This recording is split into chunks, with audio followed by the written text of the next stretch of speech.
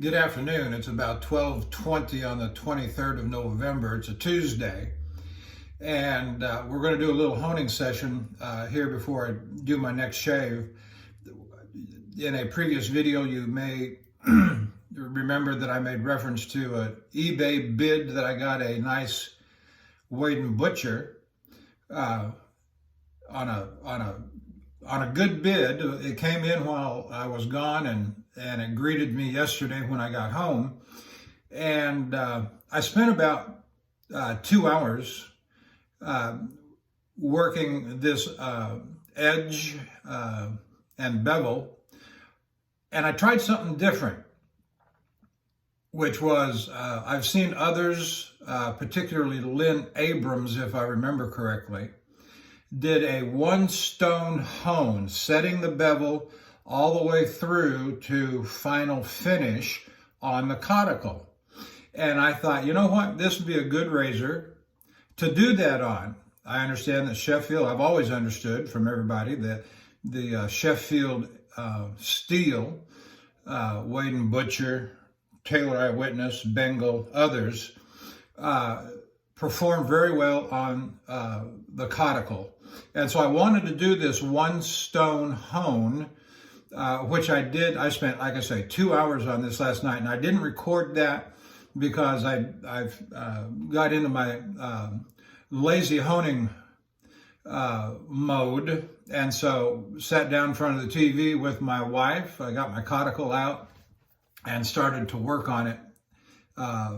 Watched 2 episodes of one of her favorite shows, and so that's 2 hours approximately. And it was popping hairs by the time I got done with it very well, all up and down the edge. So the one thing I didn't do, and the one thing I'm still not confident in, is that I got a good bevel plane between the spine and the apex all the way up and down from heel to toe. And so what I've done here, I don't know if you can see it at that angle, is that I have marked both sides, spine and edge, in a red marker. And we're going to see how well that performs in taking that off, and see if I'm missing any low places, high places, etc. And like I said, last night, when I got down to the end, it was, the edge was picking up water all the way up and down the apex of the edge and bevel. And so we're just going to do the red marker test. We're going to finish it off under some running water. So I'll turn the camera around, and here we go.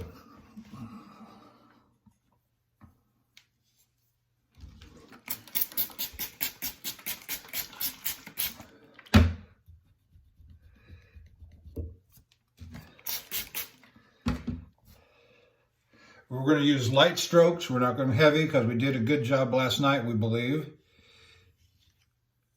We're just going to use light strokes up and down. I am getting a little bit of red stain coming off onto the stone, which is not uncommon.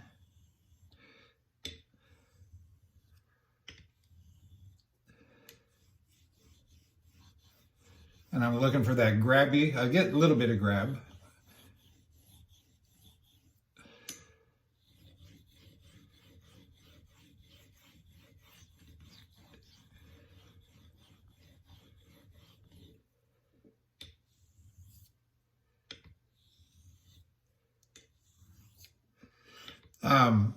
The razor is in fine condition. It was high polished. There was some spots around the pin down inside the spine that did not, that were not even, in my opinion, didn't even look like they were attempted to be cleaned. I got some sandpaper out, rolled it into a real small, tight roll, got down in there against the scales around the pin, and actually cleaned it up quite well. I'm very pleased with the way that cleaned up. So all the visible portions of the razor in the scales, all the visible, when it's retracted and when it's closed, are in suitable condition. I was a little disappointed that it didn't come shave ready. But actually, no worries, that works to my advantage because I get to sharpen it. I get to hone it. And so it had no edge.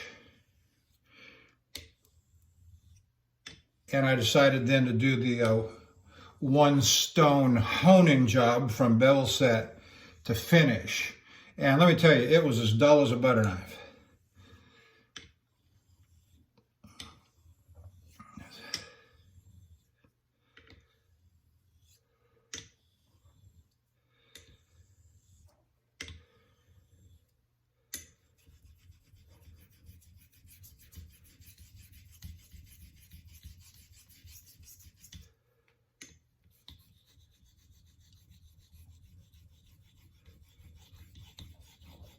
A little more pressure here. I just want to get a good grab.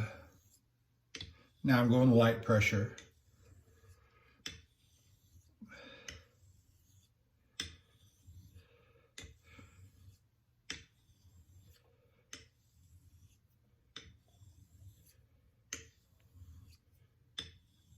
All right, let's take a look at this. I'm going to be out of camera view here.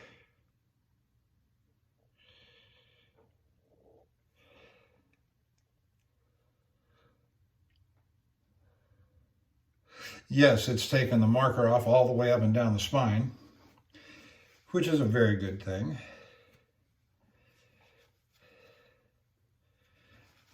Very good thing. So let's turn the camera. I need to, couple of spots there on the very toe where the red didn't come off, but you wouldn't expect to make contact there. And so I've got to take a little bit of I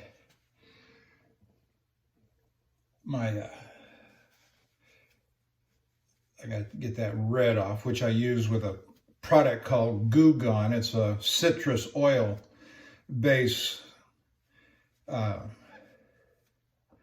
cleaner, which takes, here's something I want you to see. I don't know if you can see it.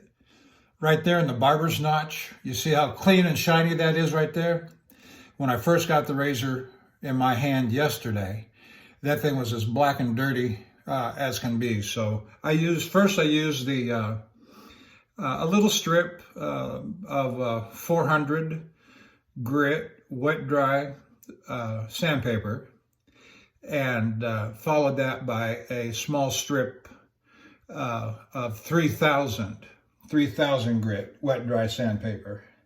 And I didn't cut it special. I have those two strips already cut and laying on the shelf, and I use them for small odd jobs.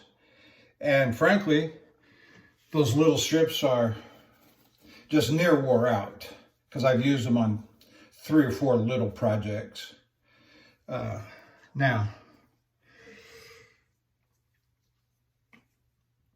I'm going to turn the razor, or excuse me, I'm going to turn the camera so you can see that I'm getting underneath the water. Let's try something a little. My wife and I have side-by-side sinks. Hers is short and mine's tall. I'm sure you've seen sinks like that before. So I'm going to mount the camera on her low side. Now let's see what you can see, okay?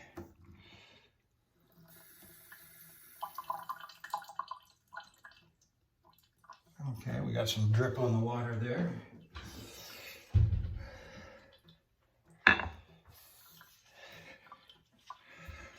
So if I hold it like that, well, yeah, you should be able to see. We'll see what happens.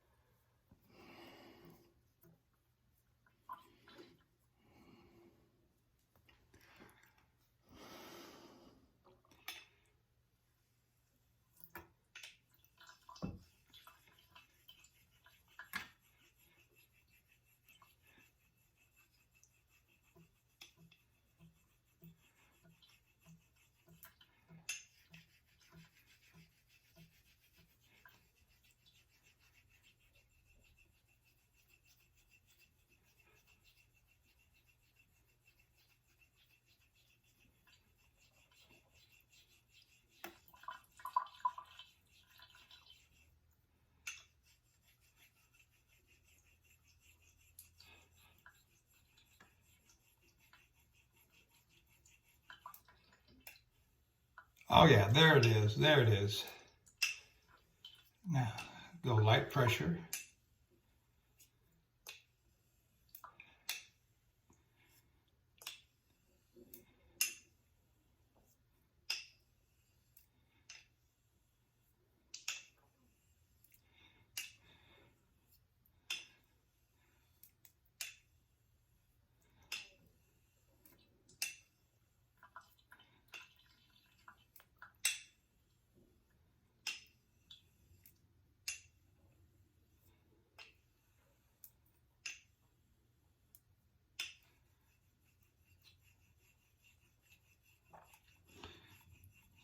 It may look like I'm putting hard pressure on with these faster strokes, but I'm not.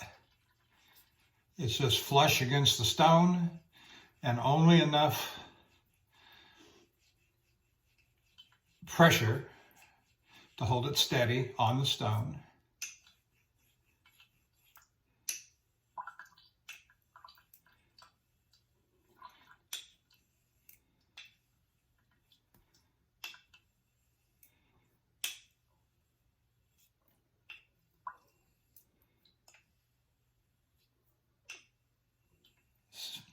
It's got pretty good grab.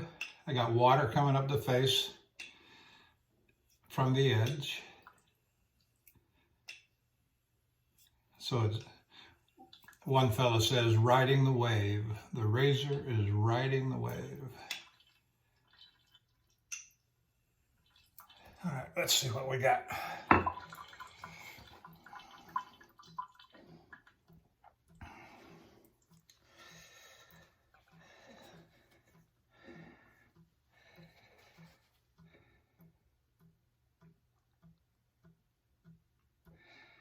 Now, what I'm looking for, and as I've said in a previous honing video, is I'm not an expert with the computer, the pictures. What I'm looking for is good, even reflection, good, even bevel. I'm looking for the odd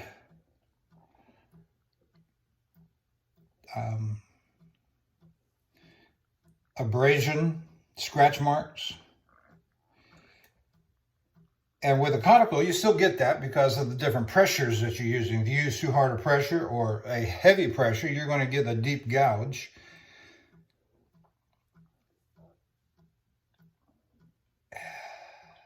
And I think we're good. We're going to try this. And so we've gone 13 minutes and a half. And frankly, I don't see any need to go further. So I'm going to terminate this video. I'm going to go do some stropping. I'll be back shortly after a hot shower. And we'll do the shave. All right. Very good. Thank you.